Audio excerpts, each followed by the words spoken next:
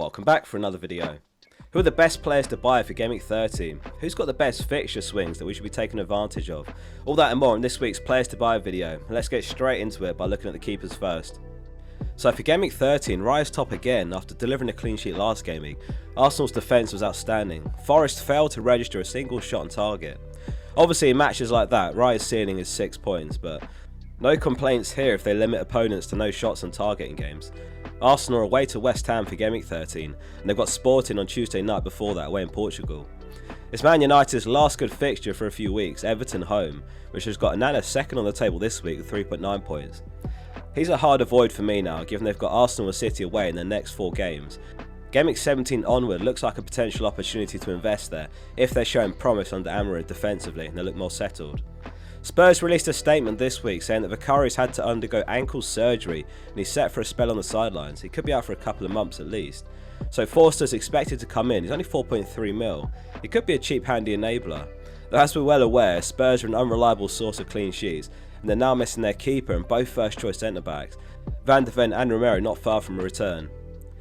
If I was to single out a single budget keeper, my number one pick would be Verbruggen, 4.5 mil and 17.2 projected points for the next 5, which consists of Southampton home, Fulham and Leicester away, Palace home and West Ham away.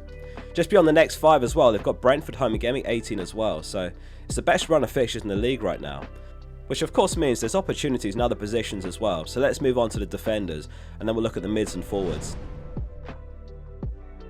So for Gameweek 13, it's a surprise name topping the table, Estupinian with 4.5 points. Brighton are going to be among the favourites for a clean sheet this week. Though one thing worth pointing out is Estupinian's underlying numbers are way down on last season. His minutes per expected goals twice as bad, his minutes per expected assists 50% worse, and his average position seems to be deeper in Hursla's system. Amazing fixtures ahead though, as we discussed with Verbruggen. Though I wonder if Van Heck for 0.5 mil cheaper offers better value, though obviously there's no goal threat there really.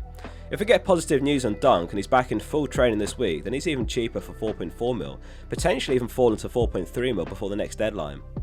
Pedro Porro is second on the table with 4.2 points, delivering his biggest score of the season when we least expected it with 14 against Man City. Spurs are so unpredictable though, so if you have him or if you're buying him, perhaps you just start him regardless of fixture. They've got Fulham, Bournemouth and Southampton in the next 5, which looks great, but they've also got home games to Chelsea and Liverpool in there. Porro's 20 shots taken this season is more than any defender. Vardy's in second with 18, though of course he's off the table this week with that fixture against Liverpool. So Gabriel, Timber, Calafiori and Saliba all make the table this week. Timber's got potential to be unbelievable value if he can play every game. At 0.5 mil or 0.6 mil saves over Gabriel and Saliba also does come with a price in a sense, which is that uncertainty of starts every game. White and Tomiyasu are of course out injured for a while, but Partey can play in right back. Colwell's another cheap defender I'm looking at. He's only 4.5 mil, having played every single minute this season, though it is Villa this week, which isn't as appealing as an entry point. It was very unfortunate not to keep a clean sheet last game week, as Chelsea conceded a penalty in the last minutes of the game. He was also seen receiving treatment after the match, which is something to keep an eye on. Gameweek 14 they've got Southampton though. So with a solid 12 game weeks of data now, who are the best and worst defences? Well, unsurprisingly, Liverpool's 10.75 expected goals conceded ranks best, only 8 goals conceded, 6 clean sheets. Next best is Arsenal's 12 goals conceded and 4 clean sheets. Forest and Everton have also got 4 clean sheets. A noticeable trend recently is Arsenal's ascendancy up the XGC charts after some underperformance early in the season. Of course not helped by 3 red cards, but there's a clear trend there that is worth considering if you've got no Arsenal defence coverage, or perhaps only one. There is the option to double up. Southampton's 26.16 XGC ranks worst of all teams. They've got Brighton next as well, so we'll cover the attackers shortly. Also unsurprisingly, it's Ipswich and Leicester in the bottom 3, followed by Wolves and Brentford. Fixtures against these teams are worth targeting when the opportunity presents itself. Data table here from Scout. All the ones I use in videos are available in the Scout members area. They're actually doing a 7-day free membership right now as well for Black Friday, so click the link below to check it out. There's a huge amount of FPL tools in the members area to level up your FPL game. So that's the expected data. What about in terms of actual output? Which fixtures have actually produced the most double-digit hauls this season? Well, teams playing Ipswich home and Brentford home have produced the most hauls with 7. Bournemouth, Wolves and Leicester home have produced 5 hauls, as has Wolves and West Ham away. The table here is from Fantasy Nutmeg. Onto the midfielders, which makes for an interesting discussion on captaincy this week. Palmer tops the table with exactly 7.0 projected points, and this season's top scorer Salah a little bit further down on 5.9.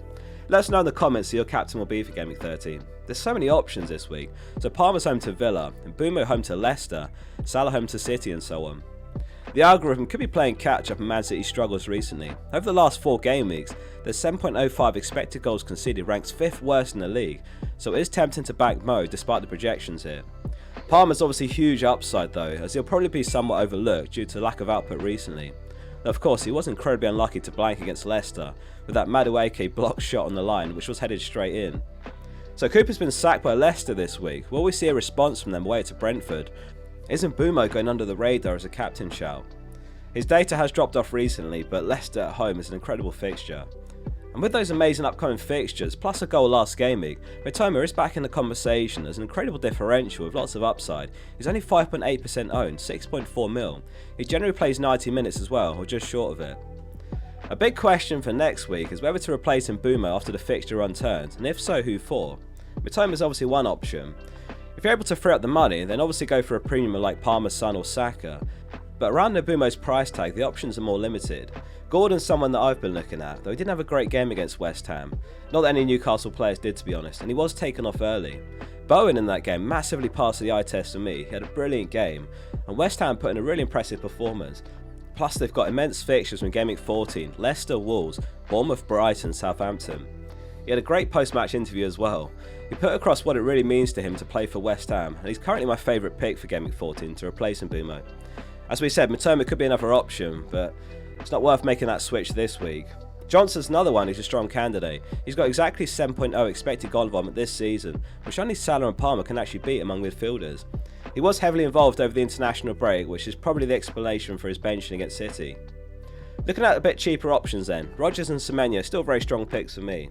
Semenyo of course suspended for Gameweek 13 having picked up his 5th yellow card of the season last match, but at least from Gameweek 14 you'll have that peace of mind that he's nowhere near another suspension. Moving on to the forwards then, and it is tight at the top. Solanke leads the forwards table with 5.3 projected points, playing home to Fulham, and just behind him is João Pedro on 5.2 points. Unstoppable the last couple of games with a goal and assist in both games, and it's Southampton home up next. That Hall's table earlier said that 8 players have hauled against Southampton, 4 in home games and 4 in away games, only 5.6 mil as well. He's absurd value if he can stay fit now. Haaland drops down the table to joint third with 4.9 points, same as Jackson. Jackson and Cunha are now 10 points or so behind Haaland this season for around half the price, so there is justification there for downgrading him to spread the money around. Make no mistake, Haaland will haul again soon, but no Haaland's affording some teams like Salah, Palmer, Saka, Isak, Cunha and so on. Newcastle was surprisingly poor in that home game against West Ham as I said to conclude last game week. Isak blanked, though he managed 6 shots, 0.73 expected goals. Perhaps no immediate rush to buy now though with Palace and then Liverpool. Gameweek 15 looks opportune with Brentford, Leicester and Ipswich in consecutive weeks. Now Wilson was back in the team for his first minutes all season. He came off of Gordon though, not Isak. It might have been in part because they were chasing the game. There is a good chance Isak plays every game though, but I wouldn't totally rule out a Wilson start for one match in the busy winter schedule. Not enough to deter going for Isak though, realistically. 4.8 projected points for Wood this week. He's in the same boat as Mbeumo really, turning fixtures soon. And next week we'll dive deeper into who the best replacements are, or is there a case for keep and hold, so make sure you subscribe for that. You've got to give him the Ipswich home fixture and then make a call on him. Which again, as the earlier tables showed, Ipswich home has produced 7 double-digit hauls this season, joint most. Thanks very much for watching. If this was helpful for your transfer plans, hit subscribe and drop the video a like. See you soon for the next one.